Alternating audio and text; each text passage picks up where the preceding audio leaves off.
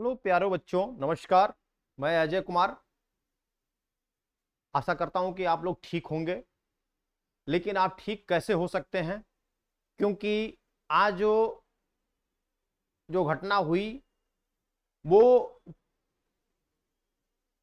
जितने SSC aspirant हैं उनके मुद्दों को लेके हुई है। और उसमें जो है चूंकि पीछे बैकग्राउंड में आप देख रहे हैं कि अभिनव सर, नीतू मैम और राकेश सर को डिटेन कर लिया गया है, गिरफ्तार कर लिया गया है। उसमें नवीन सर भी थे और तमाम जो कोचिंग संस्थान के जो टीचर थे वहां पहुंचे हुए थे दिल्ली में, और जाके वहां बातचीत करने के उद्देश्य से पहुंचे हुए थे।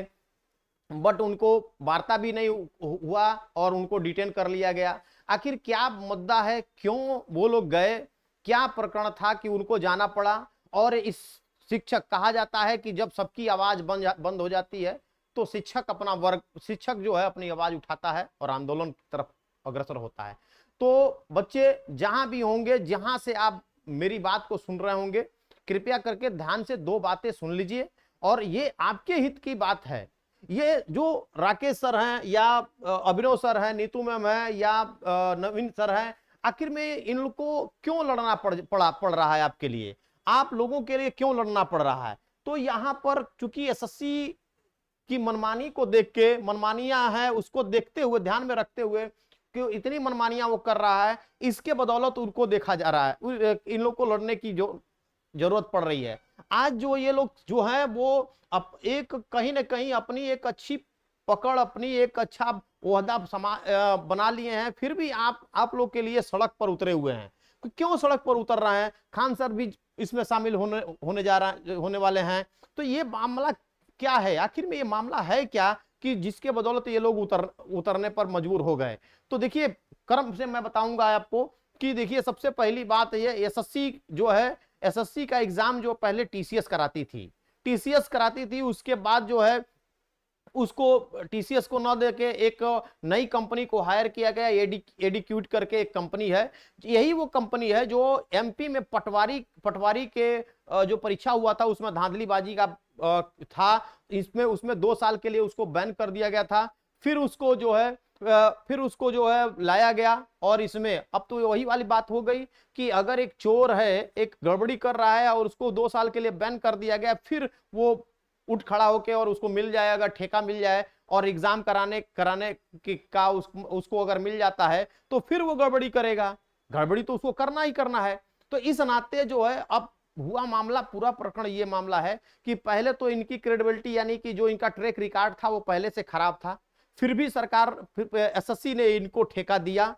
अब ठेका का मसला क्या है, ये सब अलग बात है। लेकिन कहने का मतलब यह है कि आज के डेट में इतनी टेक्नोलॉजी होने के बाद भी एक फेयर एग्जाम नहीं हो सकता है भारत में, तो सोचिए क्या हो सकता है। और वो भी बच्चों के साथ खिलवाड़, बच्चों के जीवन के साथ खिलवाड़ करके ऐसा काम किया जा रहा है। तो इस कारण अब देखिए, एसएससी का जो फार्म भराया, एसएससी सीजीएल ने 24 जुलाई को एग्जाम करानी थी और एडमिट कार्ड जारी करता है 16 तारीख को। सोचिए, और सेंटर भेज रहा है कम से कम 300 400 500 किलोमीटर दूर भेज रहा है। तो बच्चा कोई हवाई जहाज तो लेके घर में है नहीं कि फट से ना उड़ के चला जाएगा। उसको जाने के लिए, वहां सेंटर पर जाने के लिए उसको कम से कम कितनी परेशानियों का सामना करना पड़ा होगा। तो ये सब मुद्दा तो है ही है। साथ साथ सबसे अहम बात है कि अगर मान लीजिए एग्जाम सेंटर बना दिए, सेंटर भी आउट ऑफ एरिया में बनाए हुए हैं जहां पर व्यवस्था नहीं है, मतलब सेंटर का व्यवस्था बहुत ही खराब स्थिति में है, उसके बाद भी उसको सेंटर बनाया गया है। फिर भी बच्चे गए, अपने अपने सेंटरों पर पहुंचने के बाद उनको पता चलता है कि टेक्निकल टीचर्स के द्वारा, टीचर्स के द्वारा जो है, या क्लिसेस के द्वारा जो, और टेक्निकल खराबी के द्वारा परीक्षा को बताया जा रहा है कि परीक्षा को रद्द किया जाता है। अब ये सोचिए कि एक व्यक्ति जो है, एक स्टूडेंट जो है, आज के डेट में इतना दूर जा रहे हैं और जाने के बाद उनको पता चल रहा है कि परीक्षा कैंसिल हो गई। अब 28 तारीख को होगी। फिर आप नोटिफिकेशन देखते रहिए, बार बार नोटिफिकेशन देख दे। तो इसमें आयोग को क्या करना है कि एक नोटिफिकेशन निकाल देना है, उसमें उसको क्या करना है, लेकिन समस्या तो स्टूडेंट को उठानी है ना।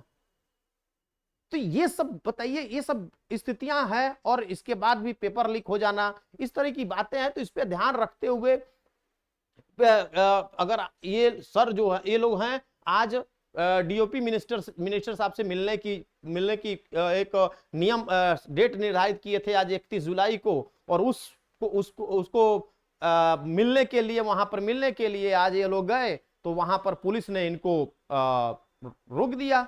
और रोकने के बजाय, चूंकि ये लोग कहे कि नहीं हम लोग भाई मिलेंगे, तो मिलने के बजाय अब देखिए यहां पर कैसी व्यवस्था है कि अगर कोई शांतिपूर्वक अपनी बात भी रखना चाहता है तो वो किस प्रकार रखे, ये प्रश्न एक बनता है। एक प्रश्न है कि ये प्रश्न है कि आखिर में कैसे इस व्यवस्था को कैसे सुधारा जाए, परीक्षा व्यवस्था कैसे सुदृढ़ हो, इसको तो सरकार को सोचना पड़ेगा ना, या एसएससी को सोचना पड़ेगा ना, कि भाई एक फेयर एग्जाम हो, फेयर तरीके से परीक्षा हो। तो इसमें अगर वो लोग मिलना चाह रहे थे तो मिलने नहीं दिया गया, और उसके बाद भी डिटेन कर लिया गया है। अब पता नहीं उनको कहां ले जाया गया है, अब तो ये आने वाला समय ही बताएगा। और देखिए बच्चों, आप जहां भी हैं, जिस जिस भी स्थिति में हैं, आप इस चीज को गंभीरता से लीजिए। आज आपके साथ अगर कोई व्यक्ति खड़ा है, अगर ये लोग खड़े हो रहे हैं, हम लोग का तो फुल सपोर्ट है। अब चूंकि ये गलत हो रहा है, टोटल गलत हो रहा है, इसलिए हम लोग को मुखर होके आना पड़ेगा, मुखर होके आना पड़ेगा। अब देखिए, आप कुछ क्लिप मैं दिखा देता हूं। देखिए यहां पर अगर देखेंगे तो देखिए, ये आपके राकेश सर हैं। यहां पर अगर आप देखेंगे तो देखने को आप देखिए, ये जो है राकेश सर हैं। राकेश सर को भी गिरफ्तार किया गया है, डिटेन किया गया है। फिर देखिए, तो आइए यहां पर दिखा देता हूं आपको, यहीं पे देखिए, तो यहां पर देखिए, यहाँ नीतू मैम है, नीतू मैम इन्हीं के जस्ट बगल में राकेश सर भी हैं। फिर आगे आइए, आगे आएंगे तो देखिए यहाँ पर नवीन सर भी यहाँ पर है, इनको भी डिटेन कर लिया गया है। तो ये क्या है, एक तरह से देखा जाए तो क्या है, अगर अपनी बात, ये तो लड़ाई करने नहीं गए थे, ये लोग लड़ाई करने तो नहीं गए थे, ये तो अपनी बात रखने के लिए गए थे। फिर भी इनको डिटेन करने का क्या मसला है भाई, आप बात करवाइए, अपनी वो बात रखना चाहते हो तो इसमें क्या बुराई है भाई।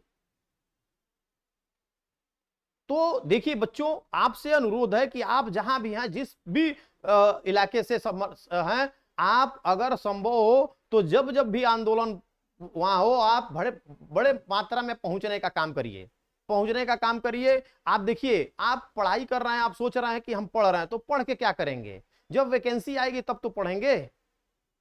आप अगर लाइब्रेरी में पढ़ रहे हैं तो वहां लाइब्रेरी में बैठ के क्या करेंगे, कहां, जब वैकेंसी आएगी, परीक्षा ही नहीं होगा तो आपका पढ़ना लिखना क्या मतलब है। तो इस नाते जो है, आप बड़े से बड़े मात्रा में जब भी कॉल की जाती है, आप बड़े से बड़े मात्रा में वहां पहुंचिए, और सबको वहां पर सपोर्ट करने की जरूरत, ताकि आपके हित की बात कोई अगर उठा रहा है तो उसका समर्थन करना आपको बनता है। नहीं तो ये आज की दुनिया में नहीं कोई उठाने वाला है। तो ये मान के चलिए, वो लोग अपना सब छोड़ छाड़ के अगर आपके हित के लिए आवाज उठा रहे हैं, तो हम लोग का कर्तव्य बनता है कि इन लोगों के साथ खड़े होने का।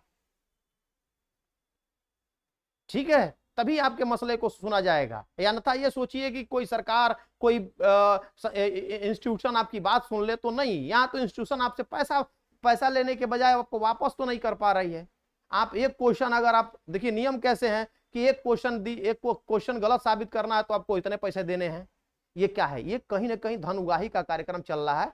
तो इस नाते जो है, अब अपने हक के लिए आपको लड़ना होगा, आपको इन लोगों का साथ देना होगा। और आप जहां से भी हैं, जैसे भी हैं, हम लोग जो भी खबर होगा हम लोग आपको सूचित करते जाएंगे। लेकिन आप मुस्तैदी के साथ इनके साथ रहिए, लगे रहिए। ठीक है, जय हिंद सर।